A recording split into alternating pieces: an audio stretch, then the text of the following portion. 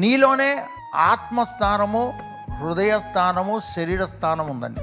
3 departments: spirit, soul and body. ఆత్మయు, హృదయము, శరీరము అనే 3 భాగాలు ఉన్నాయండి. అనుకోవచ్చు నాలో పరిశుద్ధాత్ముడు ఉన్నాడని. పరిశుద్ధాత్ముడు ఉన్నాడు, కరెక్టే. కానీ నీ హృదయం అనేది, నీ తలంపులు అనేవి, నీ ఆలోచనలు అనేవి, నీ శరీరంలో ప్రతి కణం అనేది ఆత్మస్థానంలో ఉన్న పరిశుద్ధాత్మ మహిమ ప్రభావంతో అనుదినము నువ్వు నింపుకోవాలి. ఆ శక్తితో నింపబడాలి. నువ్వు మత సంబంధంగా, భక్తి సంబంధంగా, లేకపోతే నాకు తెలిసినది ఇంతే అన్న స్థితిలో నీ క్రైస్తవ జీవితాన్ని కంటిన్యూ చేయకూడదు.